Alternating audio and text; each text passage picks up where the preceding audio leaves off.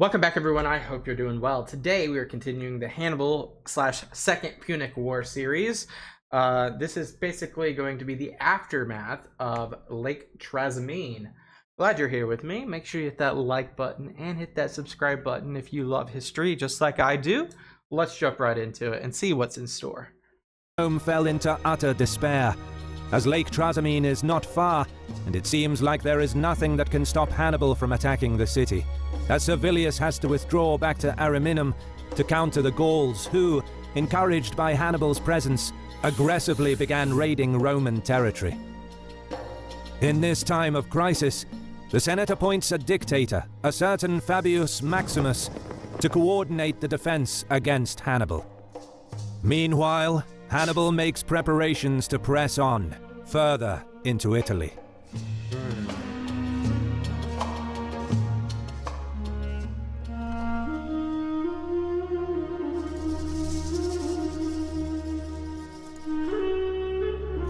So far we have followed Hannibal on his warpath from Iberia, through Gaul, across the Alps, and all the way into central Italy. He defeated the Roman legions time after time, and after just 7 months of campaigning in Italy, he stood only 130 kilometers from the capital. Yeah, he's beat he won in the siege of Saguntum. Really a Iberian ally. I don't know if it was a Greek city or an Iberian ally of Rome. Then the Battle of the Rhone crossing was more of a Gallic tribe, and then has bested the Romans 3 times: the Battle of Ticinus, Battle of the Trebia, and then the Battle of Lake Trasimene, each becoming more and more tactical. What lies in his way of Rome? Not much. The road to Rome was open. The city was less than 10 days' march away. But Hannibal's next move is a subject of much debate, and we want to discuss the decisions he made after his victory at Lake Trasimene. So this part 7. Why didn't Hannibal attack Rome after Lake Trasimene? For the ones that are listening and watching that have seen the Second Punic War and have your own thoughts, please leave your comments below and why you think Hannibal did not attack Rome. I'll have to come up with that at the end of this episode.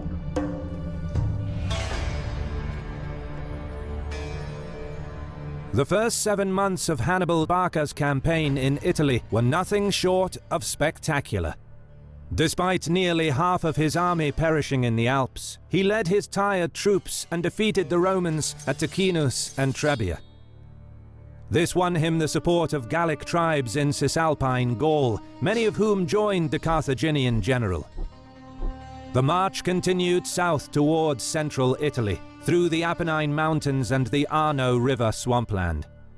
Can't forget the Arno swamps. That is amazing that he was able to accomplish that. The 4 days it took to cross the swamps were particularly costly. Many of his men drowned, while others died from exhaustion. Hannibal himself lost sight in one eye due to infection. A great number of pack animals and horses were also lost, which caused a severe problem for his campaign plans. While he managed to patch up his baggage train by confiscating pack animals from Etruscan farmers, horses were far less common and needed to be trained for war. This left Hannibal's cavalry contingent greatly weakened for the upcoming battle against Flaminius. Yet, despite this setback, the elusive Carthaginian general remained hidden from the Romans after emerging from the swamp. Flaminius missed the opportunity to attack Hannibal's weakened enemy. And did they know that he went right by them? just days later, the Roman consul would perish in the defeat at Lake Trasimene.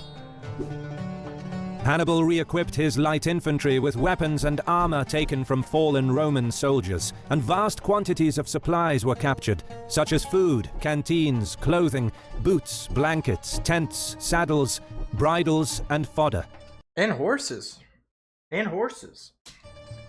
But most importantly, 4,000 pack animals and 2,000 cavalry horses were there we go. I was about to say, a ton of horses captured from Flaminius's army at Trasimene, and another 4,000 horses in Maharbal's ambush of Servilius's cavalry contingent. Hannibal was now able to replace the horses he lost in the swamps, bringing his own cavalry contingent back to full strength. Crazy. After 7 months of campaigning in Italy, Hannibal dominated the Romans in the field. Between the battles of Ticinus, Trebia, Trasimene, and the ambush of Servilius's cavalry, Hannibal eliminated over 50,000 Roman soldiers, a number equal to 10 legions. Wow. Now that Fabius Maximus was elected dictator, Hannibal was encamped just 130 kilometers from the city of Rome. No army stood in his way, and he could have marched on the capital in less than 10 days. Yet, Yeah, with that superior force, he could have laid siege for a while. he decided not to. Let's try to examine why. In warfare, tactical objectives and strategic objectives need to be connected in some form. Tactics refer to methods that an army employs in order to win battles. Strategy deals with broad objectives that a warring country has, as well as the means necessary to achieve these objectives. Without strategy, battles are disconnected individual events. Without tactics, any strategy falls apart. In the Second Punic War, Rome's strategic objectives were to keep the territories it won in the First Punic War, and perhaps seize parts of Iberia. Carthage, on the other hand, sought to retain dominance over Iberia and its valuable silver mines, and win back Sicily, Sardinia, and Corsica that were lost in the First War, along. Well, it's interesting that they're fighting in the Italian peninsula for these islands. With other minor islands in the Mediterranean. This would enable Carthage to regain its dominance on the sea. Rome correctly understood Carthage's objectives and moved to prevent them. Of the 11 legions that were in the field of the time of Hannibal's arrival in Italy, 2 were stationed in Sicily, 2 in Sardinia, and 2 were sent to Iberia, while 1 remained in Tarentum. 4 legions were left in Italy to deal with Hannibal. Okay. At the time of the battle at Lake Trasimene, 2 legions were commanded by Flaminius, which were destroyed. The other 2 were commanded by Servilius, which were rendered useless after the destruction of their cavalry, forcing Servilius to return north to fight an ongoing battle with the marauding Gauls. Okay, so this is a really good understanding of like where the armies are. So Rome's gonna have to recall these armies. With the appointment of Fabius Maximus, Rome did authorize the formation of 2 new legions for the defense of the city, an annual practice that became regular as of 217 BC. But these legions likely were not fully trained, and perhaps weren't at full strength either.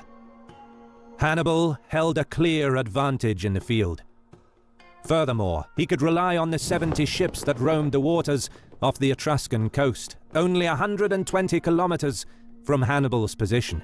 Yeah, we forget a little bit that naval superiority is a thing for, I mean, maybe it's not that important for like the Italian campaign, but maybe it is, because these legions that are isolated on these islands are isolated for the most part.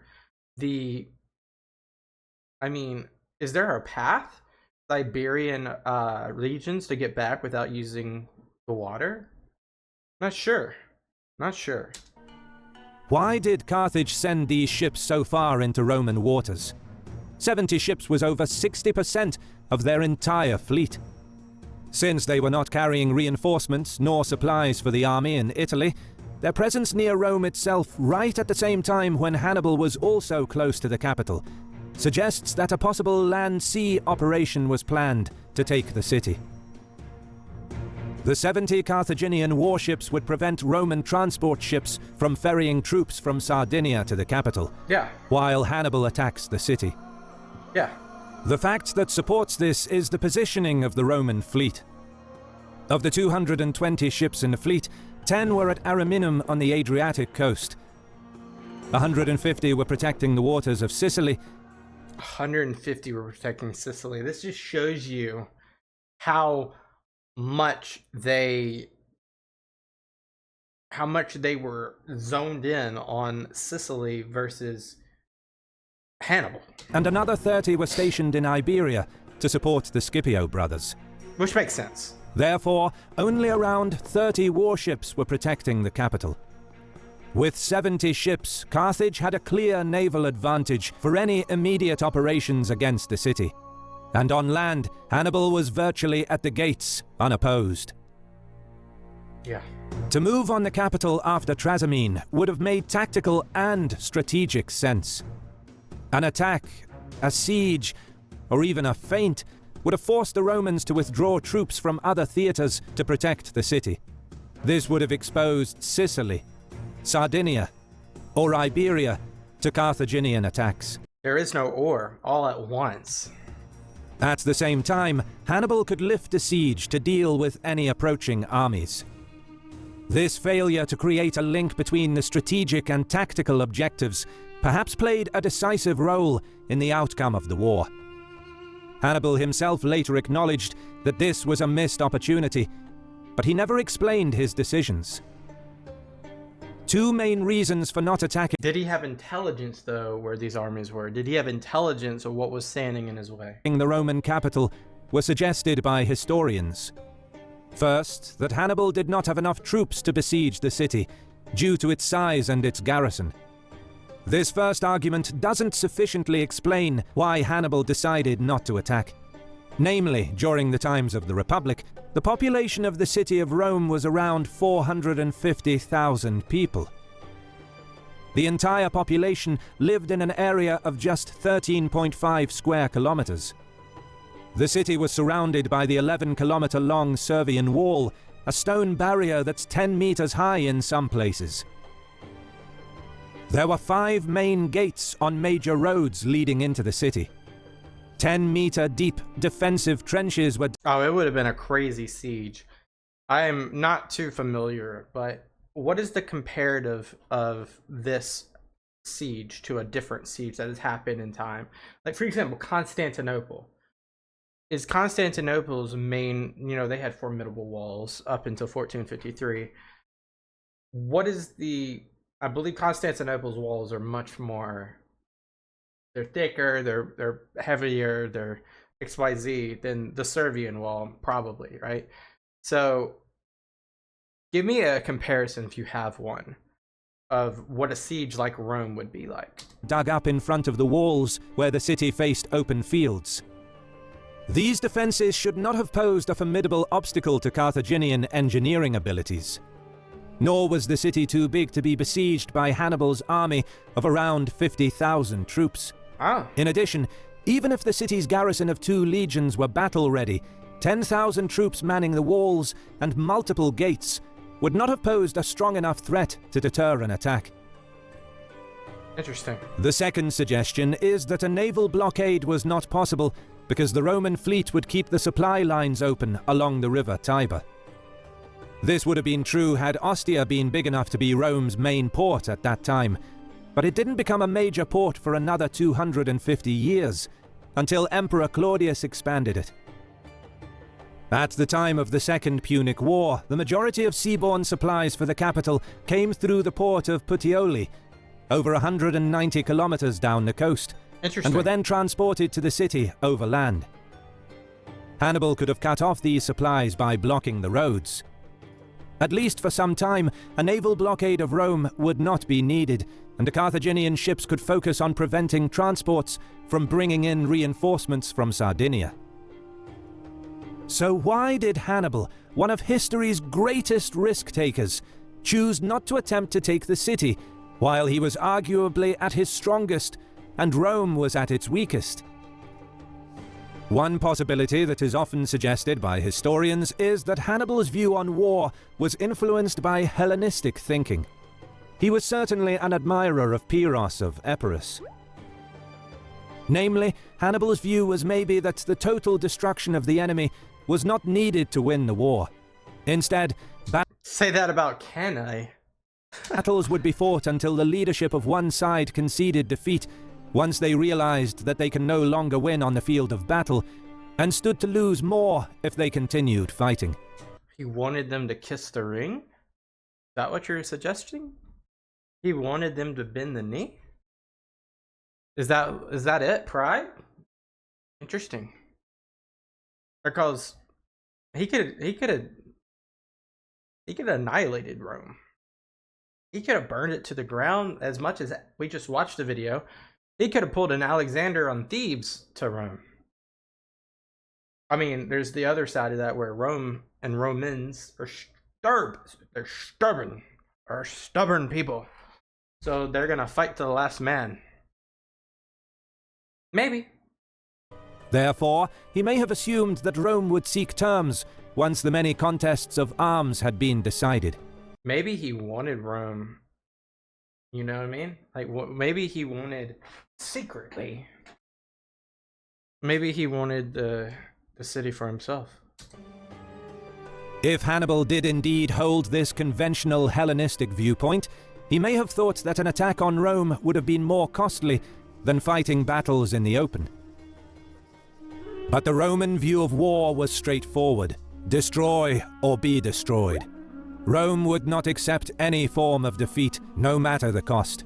They would rather fight to the last man than have an enemy assert their dominance by imposing conditions on its citizens.